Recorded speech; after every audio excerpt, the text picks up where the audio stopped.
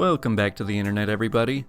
So it seems like there's quite a few people who are up for starting a new subreddit. I think I'm going to wait until I'm at 10k subscribers. I just hit 8k this morning, so I'd say we're probably only about a week away from 10k, but I've got that and a few other channel improvements I've got planned, so just go ahead and subscribe.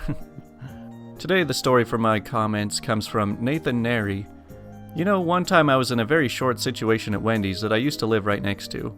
I went in there all the time and used their Wi-Fi on my laptop and sat there with nothing more than a large soda for just about the entire day. Well, one time I was doing that and a little boy came running up and told me I was in his seat. I just simply said, "No, I'm not," and he walked away.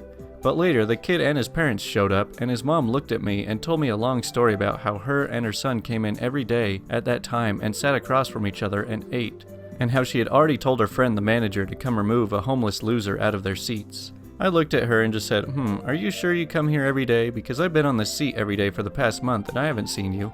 The manager walked over right after they saw me and started laughing to herself, and asked if I needed a refill while I waited for these people to move out of my area of the Wendy's. Apparently the head manager had taken notice that I sit there all the time, and had started joking with the other employees that I was probably the secret owner, and was there every day to spy on them. It actually made a few people work harder because they didn't know she was joking. Man, you should have owned up to it. Maybe you could have gotten some free food out of it. Anyways, don't be afraid to leave your stories in the comment sections. They don't have to be related to anything like entitlement or revenge or stuff like that. They can just be any fun little story you have. But this one comes from the a-hole tax, which is, I don't care if you're a celebrity. So I work within customer service for a big car company that manufactures German cars. Now, I can imagine you can already guess that we deal with a lot of entitled people on a day-to-day basis, and even a few celebs. A few weeks ago, I received a call from a famous runner from the UK. At first, I didn't spot the fact that he was famous until they wanted to speak to a manager because they failed our security questions. Now, managers won't speak to anyone unless they do pass through security, but I was feeling extra nice that day and put them on hold and asked my manager if he would speak to them as they haven't passed through security and started to kick off a bit. My manager came over and looked at the agreement and asked if I had the person on the phone, and I said, yes, why? He then explained to me that he was a famous British Olympic runner, but either way that they would not speak to him and would not treat him any different because he's famous. I went back on the phone and explained to them that unfortunately the manager would not speak to him, and that I would not be able to discuss the agreement with him at all. So he turned around to me and just flat out said, "Do you know who I am?" And me, getting progressively angrier, just said, "No, should I?" He then starts going on a mass tangent, explaining that I have to speak to him about the agreement and that his time is more valuable than mine, etc., and that he doesn't care about our security and that I will speak to him now. I explained that it doesn't matter if he's famous or not. I would not be breaking the law and discussing any information with him just because he's famous. He started calling me every name under the sun, which I found quite amusing as he seems to be some sort of national treasure because of how nice he is. I told him that I will now be terminating the call as I don't appreciate being spoken to like that. He then told me that he has my name and he will be reporting me. Weeks on, I still have his agreement number, and me and my manager have a good laugh about him. Just how famous do you have to be to start getting special privileges? Someone in my comments pointed out that I'm now famous enough to be able to get free services in exchange for exposure. I think that when a lot of people become celebrities, the fame really gets to their head and they think they have a lot more power than they really do. Either that or these guys just aren't even celebrities at all and they just think that just saying they are will give them all the power they want. Okay, and on to Entitled Parents called, "You almost hit my car with your bike." I'm 13 years old and I've had trouble with this one couple that lives down my street. They're nice and all, but the mom is outrageously entitled. The daughter is also one of those people who wants everything at the time they deserve it. So I'm riding my bike one day down a hill and I start trying to turn into my neighborhood when all of a sudden a car pulls up in the middle of the road. I slam on the brakes and luckily miss the car with my bike, but my leg hits the rear end of the car and I fall off my bike, screaming in pain. The entitled mom walks out of the car and screams, "You almost hit my car with your bike!" At this moment, I'm thinking, okay, so you're not going to help me? My neighbor, who is 15, comes out and tries to help me. Then the entitled daughter gets out of the car, and so does the dad. He says, "Oh, are you okay?" I say, "Not really. My leg is swelling up, and I think I broke it." The mom says, "I don't care what happened. I want you to pay for the damage to my car." The guy says, "Honey, you were driving in the middle of the road. It's kind of hard for him to make a way just for you." He says, "I don't care. This little turd hit my car." He says, "Why are you even riding your bike anyway? Your bike looks like something you got out of a dumpster." I had a BMX bike, so it was smaller than most and was all black. It had stickers on it and some dirt spots, since I go with my friends a lot. He says, honey, let's just get him some help and then we'll sort this out. At this point, my dad was coming out of the house and arguing with them. I ended up fracturing my ankle and leg. The dad even gave some money to my dad. Overall, the dad was super nice, but the other two were something else. I'm not really sure this insurance claim would work out so well for the entitled mom. I can just imagine these entitled people getting the idea of like, how about I just drive my car into somebody else's house? And then because their house damaged my car, they'll have to pay for it. You know, perfect logic. Okay, next up we have a Tales from Retail called You Can't Pick Up Something We Don't Have. So I work for a corner shop in England. It's part of a chain, but it's a small store, so we only ever have one employee on at a time. One day, the phone rings and the conversation starts. I say, hi, this is shop, Karisu speaking. This angry man says, hi, I was there this morning and I left my keys behind. I say, when was that? He said, about 4 hours ago. I'll be down tomorrow to pick them up. I say, that's when my coworker was on. I'll just see if he put them in the box. I took a look in our little lost and found box, which is just underneath the counter. There's a couple of keys that had been there for a while that were never picked up. I was familiar with them and knew they weren't his. A quick rummage doesn't show any new keys in there. I say, I'm afraid I'm not seeing your keys, sir. He says, don't give me that. They're right on the counter in front of you. I look up at the counter. Well, I'm looking at the counter right now and... Don't give me that. He repeated that a lot. It was your fault that your employee couldn't open a bag right, so I had to do it myself, and so I had to put my keys down. I say, even if... They're right in front of you. I say, I'm looking at the counter right now. He says, don't give me that. I know where I put them. I'll pick them up tomorrow. He says, but we don't have the... I'll pick them up tomorrow. Hangs up. He never turned up. I don't know, I kind of find it funny when people just have like one phrase that they say over and over again. He's like, hey, don't give me that. Don't give me that nonsense of telling me how things really are. I'm gonna come get my keys whether they're there or not. Alright, here we go with a big one called, show them all your documents. They will see you deserve no better. Okay, I will show you all my documents. Okay, this is my first post about a thing which happened a half a decade ago, but recent experience made me remember it vividly. I hope you enjoy my story. To give context, I live in Europe, in a non-Anglophone country. I have always been a language nerd, and since my parents' divorce, English and everything in it, movies, music, internet, was my escape. So I was fluent before most of my classmates, and got my CPE, Certificate of Proficiency in English, the highest certificate from the Cambridge Council, at 18. In my country, high schools are basically undergrad colleges and are finished between the age of 19 and 20. And a problem which almost all public schools have is terrible language teachers, most of them being former Russian teachers with minimal English or any other language education. Also, as my country is small and nobody could reasonably expect to use our language abroad, we put a huge emphasis on language studies at all levels of education. And it's often the thing which most schools boast about to become more prestigious, so enough context. From early on, my last high school English teacher and I kicked it off to a bad start. The first test she gave us came back all red because of words which are not in the textbook.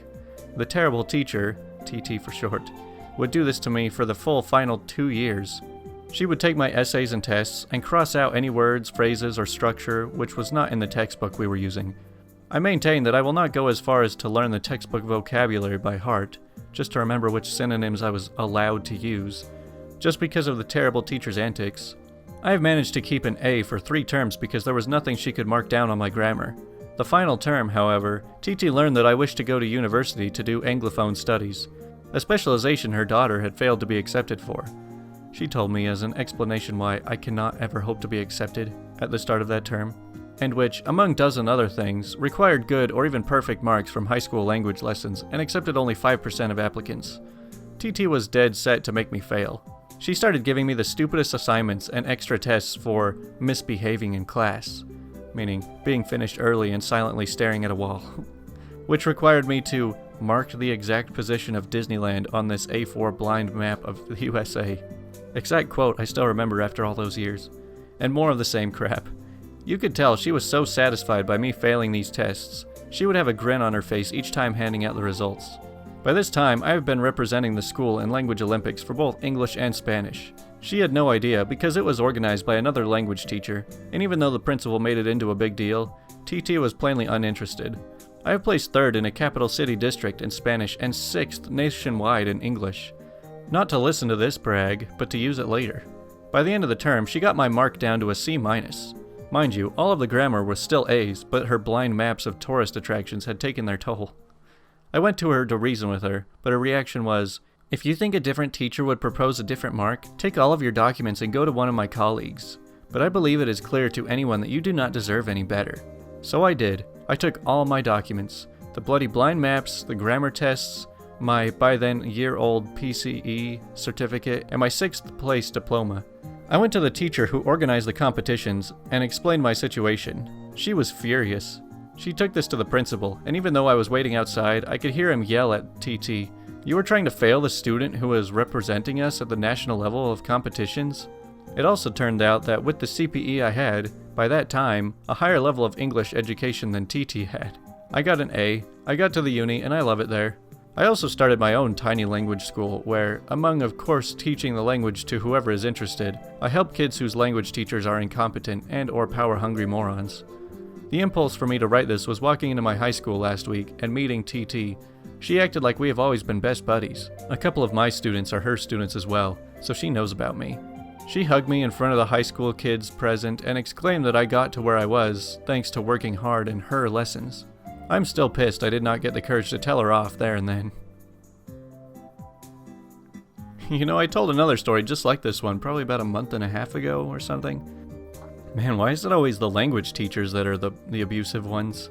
I guess it's because that's the kind of subject that even the teachers might have a harder time mastering. Yeah, language is kind of an interesting subject compared to other subjects because, like, you could even have little kids who can speak a language much better than most adults, you know, because if you grow up around it, then of course you're going to learn it. Now, unfortunately, I couldn't really find a good question of the day for today, so I pulled one more story, but this one's pretty long and pretty great. So, it's called "Lady Calls the Police Because She No Longer Likes Her Photos." So, some background. I used to work at a fairly popular photo studio that used to be inside a large box store, but wasn't actually owned by the box store, before they went out of business. The studio rarely offers full-time work outside of managers, but if you were willing to be a bouncer, then you could pick up more hours by bouncing between studios. I was a bouncer. This sometimes meant driving nearly 2 hours, passing 4 other big box stores before finally arriving at one that I was working a particular day. Another thing I should add is the photo collections could run anywhere from $8 to $400, depending on how many prints you got or if you fancied yourself a canvas piece. The higher priced collections, anything above $160, would buy you the copyrights to your own photos as well as the digital files on CD. Having the copyright allows you to take your photos anywhere you like to have more prints made. We all still here? Awesome. So I was working in a studio about 40 miles from where I lived, and it was the 4th time I've ever worked at this particular studio. I already loathed this studio. I had already dealt with a mom who chastised her deaf daughter for not smiling when I asked her to, and a mom and daughter who came in for maternity-style pictures but then became pissed when I asked when the baby was due, because no one was actually pregnant. Yeah, I'm still trying to pick my jaw up off the floor, and it's been years. But this day was the craziest of them all, and would make the other 2 sessions look like nothing. So in comes a lady with whom I assume were her parents, or just 2 random old people who followed her around and only spoke Spanish. She had come in to finish paying for her photos and pick them up. Now, this was about 7 or 8 years ago, so I'm paraphrasing here. So the crazy mom says, "Hi there, I'd like to pick up my photos." I say, "Oh sure, your name?"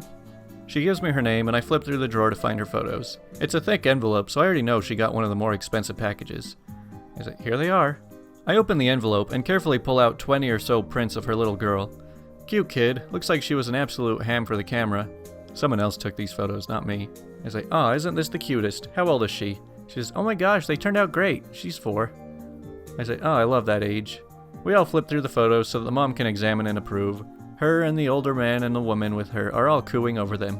I say, "How do they look, Mom?" She says, "They're perfect."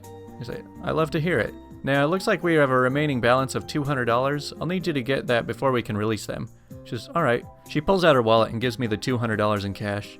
I enter into the computer, money goes into the till, we have a $0 balance, a happy mom, happy maybe grandparents, all is right in the world. Something in the ozone changes.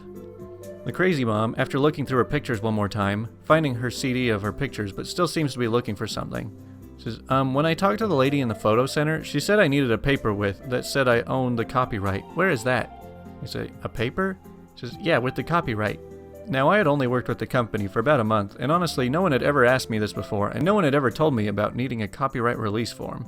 I say, "Oh, I'm sorry, I don't know, but I can ask."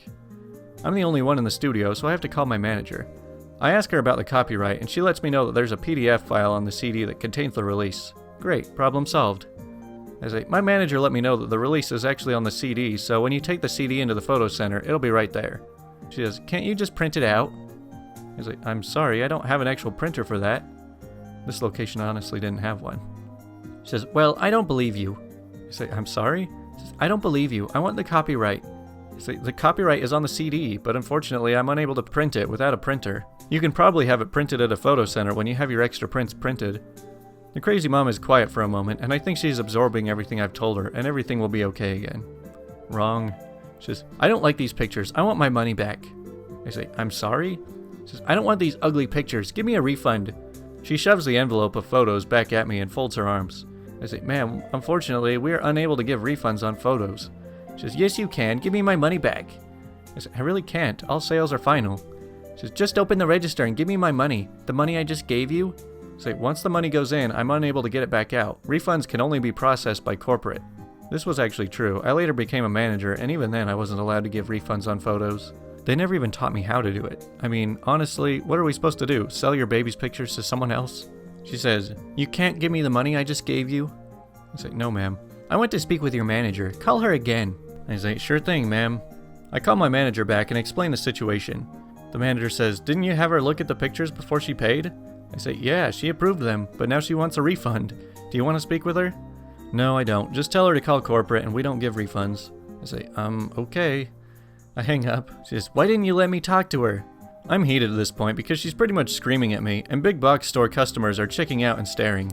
I'm shaking with anger, but I'm doing my best to continue my best customer service voice.